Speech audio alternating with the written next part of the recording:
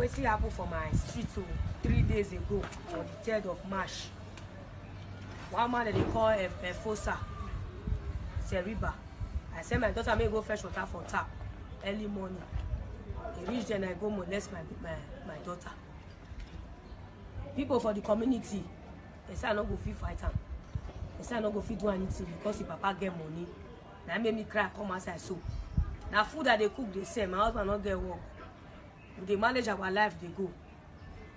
They do things on our own. We not get any problem with anybody. But the man say I no go fit do anything. People say I no go fit do anything because I not get money. My husband not get money. So now make me call cry, come outside, Mona help me. Mona help me go fight this man. The man almost 50 years old man, no go fit molest my daughter when he did 13 years old. He go say make I silent, make I not talk anything. That made me call cry, come outside for people. May they help me. May they come fight this man because me, if you say make I bring money, come outside, I not go see money. Hello everyone, welcome back to my YouTube channel. If you have not subscribed, my darling people, please do subscribe and smash the notification bell. Thank you and God bless you. My darling people, my correct people. This video today now about one woman when cry out say I beg, make the whole world come help am. Make the whole world help am. Say if her daughter wey just be 13 years, he said this his daughter, he can't go one big man house, he want go fetch water for there. As he reach there, make he go fetch water, now the man just carry the small pikin, he just carry and go inside room with force. He go Jogodo the small girl of 13 years wey never this virgin, my people. So now the woman say, as he cry out now, nobody help her because say she dey poor, if family dey poor, nobody gree help her. He say so now she dey cry ever since now, say make the whole world make they come help her. So I see not see who help her, like she come cry, come out for social media and say I beg, make they help her because the man not fit just molest his daughter like that. He could just go scot free. No, he say I beg, make the whole world come help her because his daughter na 13 years wey be say he never know man for his life. He never know man. Now this man just go Jogodo he pikin just like that.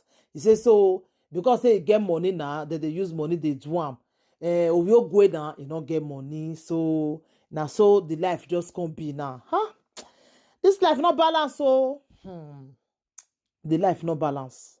In fact, people wey dey the world they not balance. Una the year matter. Small girl. Okay, what is this small girl now can just get we can attract this kind of old man like this now? When you can go Jogodo small pikin or we never reach. If na Europe here, that is if you spend the rest of your life for Jane.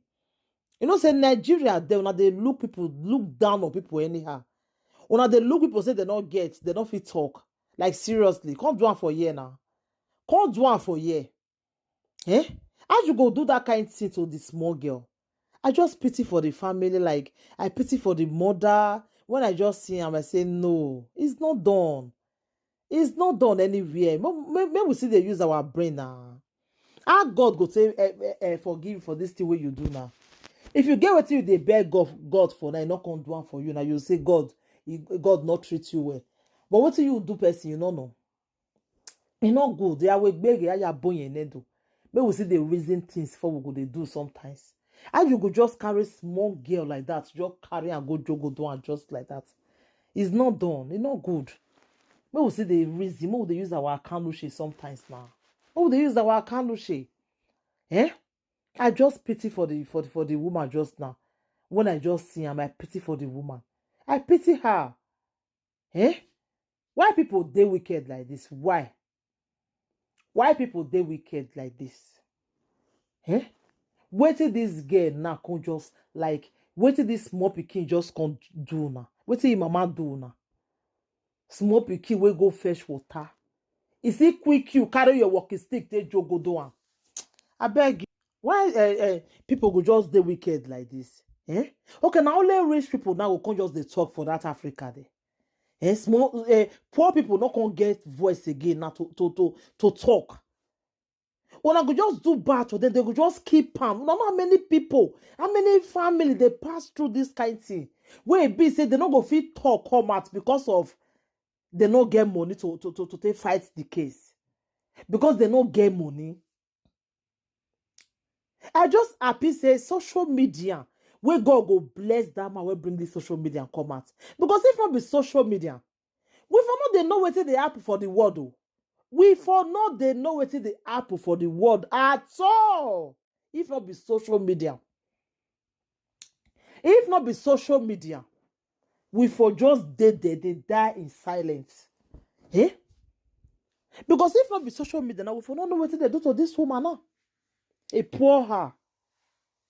He said because of money no dey, they not see money to pursue the case. See life. That man was supposed to dey prison now. He dey outside they enjoy himself. This life no balance so. For people wey dey the world, una no balance at all.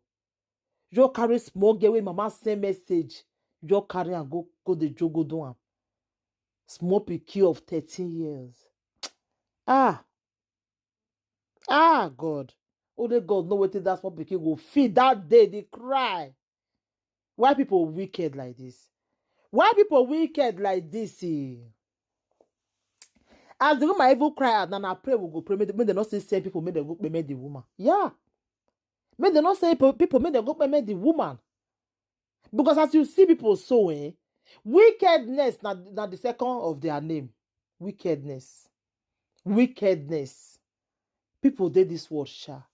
People did this word, my people. I just pity for the woman when I just see the video just now. I was like, God, why? Why people be like this? Why? Why people be like this? God forbid about it. Now wow. Now what for the life, My people are beg. Anybody will go fit help this woman. But we just help her.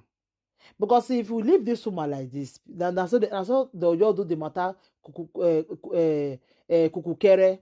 Before you know, they'll say the man not they guilty. Yeah, because when I know Africa will for come, the woman self na Bini. When I know Africa will for come, everything are bribing. As far as that man get money, don't give police money. Forget that, They not they do anything. Just forget that they not go do anything. They not go do anything. Now so the matter go just go just die like that. Yeah. So my people, I beg, I'll put the video with the woman to talk. So anything you want to think about the video, wanna leave in a comment, and if you get any help or you want to see help the woman, I beg, may you not forget to help the woman. She need your help. She need our help. I beg my people. Thank you. Now, what happened for my street 3 days ago, on the 3rd of March? One man that they call a Fossa, Seriba. I sent my daughter may go fetch water for tap early morning. They reach then I go molest my daughter. People for the community, they say I not go fit fight him. They say I not go fit do anything because the papa get money. That made me cry come outside so. Now food that they cook they say my husband not get work. They manage our life, they go. They do things on our own. We not get any problem with anybody. But the man say I not go fit do anything. People say I not go fit do anything because I not get money. My husband not get money. So now make me call cry come outside, Mona help me. Mona help me go fight this man. The man almost 50 years old man, not go fit molest my daughter when he did 13 years old. He go say make I silent, make I not talk anything. That made me call cry come outside for people. May they help me. May they call fight this man because me, if you say make I bring money come outside, I not go see money bring come outside. But the man say he get money, now he get everything. But I make me come outside now. Mona help me fight him. Mona help me tell her say see, wait una go fit help me to do. Mona help me to do. Wala wo wagumegbi na. Ovi e do ehin. Ben not say 50 years. Oh no, we are 13 years old girl. A man we ya gbina we go na wa happy me. Wa you yobo me. Wala wo wala